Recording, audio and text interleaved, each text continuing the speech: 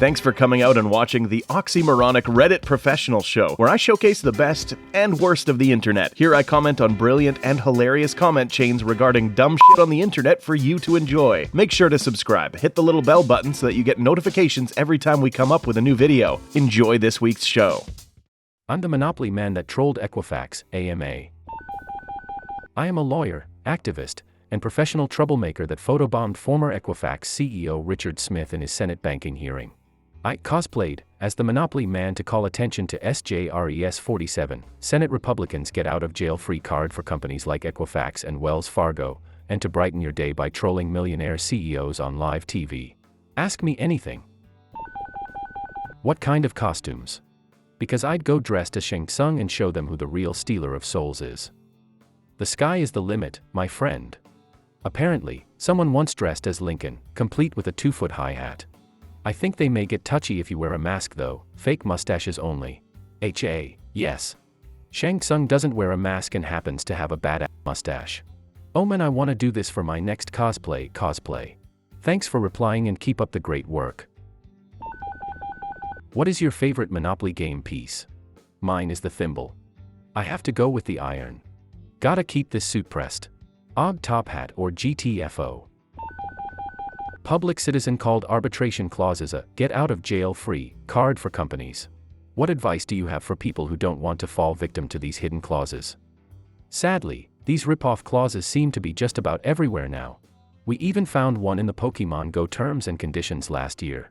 A few clauses have opt-out provisions, where you can write to the company, usually within 30 days, to waive the clauses, but that is rare. Honestly, the most effective way to protect your right to sue big companies when they break the law is to push for federal protections like the Consumer Financial Protection Bureau's arbitration rule. That is why I am fighting SJRES 47, the effort to repeal it. This is an important educational point. The opt-out options need to be used by consumers in order to show that consumers care about their legal rights. In the end, only legislative protections enacted by our representatives and enforced CFPB will be effective in protecting the average consumer. First, thank you for your activism. How long have you been doing this? Do you think this is effective or just entertaining? Thank you all for the support. I don't really remember a time when I wasn't an activist. When I was 13, I staged my first action outside of a Disney store to protest their labor practices. I use a variety of tactics, both traditional and non-traditional, but I think activism is most effective when it is both entertaining and informative. What were the non-traditional tactics you used? I printed out little slips of paper that said, "This item was made in a sweatshop. Learn more at link," and stuck them in the pockets of their clothing. Then I stood outside the store handing out flyers. No costumes on that one though. OMG, if you had only dressed as Mickey. Did he see you? At the time, I wasn't sure former CEO Richard Smith saw me because he played it so cool. But in watching video footage later, there is a moment where he looks behind him right before the hearing starts. His face is pretty priceless. So what did people say? How did they react to your getup? Did the Equifax CEO acknowledge you or at least give you an odd look? I didn't catch it in person, but watching videos after the fact, I saw Richard Smith look back at me and make a pretty priceless alarmed face. But I was seated in the row right behind his advisors, and one of his PR folks was seated immediately to my right. I caught several of them giving me dirty looks throughout. One guy in particular tried to stare me down in the beginning. But I don't scare easily. How did you get a seat position directly behind the Equifax CEO in a way that you were also on camera without causing suspicion? Oh, I absolutely caused suspicion, but luckily my actions fell within protected free speech.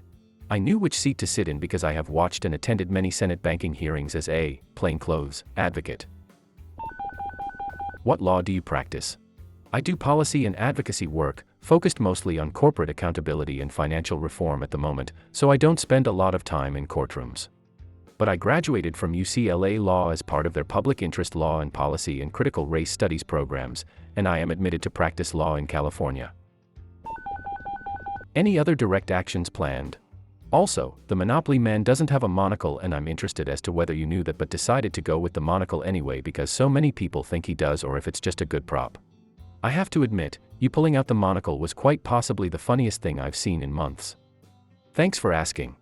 I have been getting so many comments about the monocle.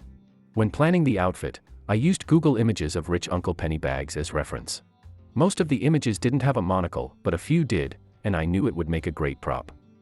Also, my sister gave me a monocle as a gag gift when I graduated from law school, so I had to use it.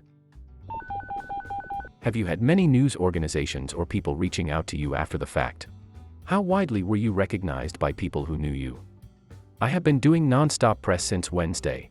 The amount of attention has been overwhelming, but I am very happy that I seem to have made this very rough week easier for some folks. And of course I am excited that people are paying attention to SJRES 47 and supporting the CFPB arbitration rule.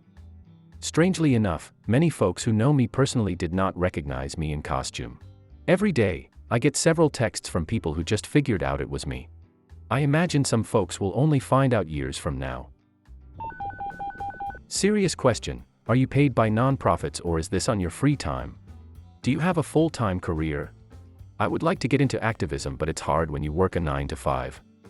This particular stunt was for my day job, as a campaign manager working to support the CFPB arbitration rule. But I also do organizing in my free time on other issues. It is very hard to balance work and activism, and jobs in this area are scarce and low-paying. But that is one reason why I push for entertaining and creative activism.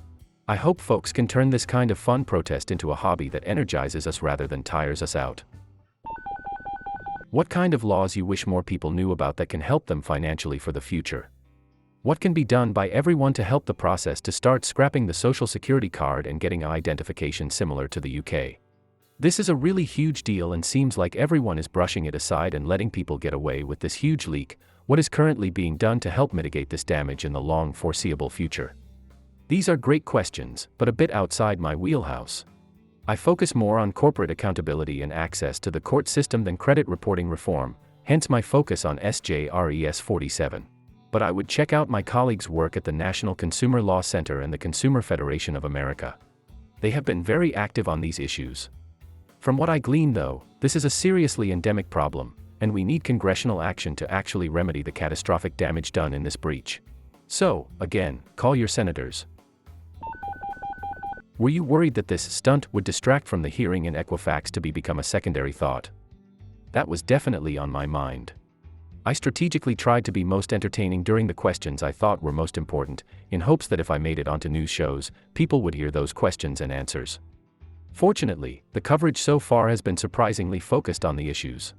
Especially my efforts around SJRES 47 and the CFPB arbitration rule. So the activism was actually far more effective than I'd hoped at drawing attention to Equifax and Wells Fargo's misdeeds. Hello. Thanks for doing this AMA. As many people have pointed out, the Monopoly Man doesn't actually wear a monocle.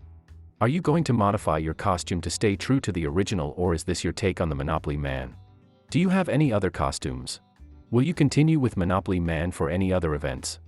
Why did you pick Monopoly Man? How do stunts like this advance your activism? How much more attention did you get this week compared to playing it straight in the past? Hasbro's Monopoly Man may not wear a monocle, but this one does. When doing physical comedy, you don't turn down a hilarious prop. The only other costume I currently own is a Furby costume that I wore as a joke in high school. We'll see if that one makes it into any hearings, but I am open to buying/making other costumes as needed, to fit the activism. Stunts like this bridge the gap between entertainment and activism. If done right, creative protest can be far more effective than traditional advocacy. The rise of Trump shows the power of entertainment. But while Trump's antics are nihilistic at best, and insidiously oppressive, there is no reason progressive messages cannot be delivered in a way that is both entertaining and effective. See Charlie Chaplin, 4:1. Even though most entertainers have fairly progressive politics, there is a reluctance to embrace art, especially comedy, as activism. That is a major tactical error, in my opinion. The attention my campaign to support the CFPB arbitration rule got this week is unlike anything I have ever seen. Traditional tactics are necessary to shape policy, but we need to be willing to take big risks if we want to see major reform. I expect the Monopoly Man will rise again, when the people of Gotham need him most. Was it actual money in the bag? Also, did you have any trouble with security? It was not real money. Those were oversized $100 bills my colleagues printed for their Forgo Wells activism around the Wells Fargo hearing, which took place on Tuesday. I did not have trouble going through security, though many Senate staffers gave me some odd looks. If you enjoyed this week's effective way to waste time, hit that like button and subscribe for more content like this. If you are enjoying the series, leave me a comment below. A special shout out to the content creators. You frickin' rock.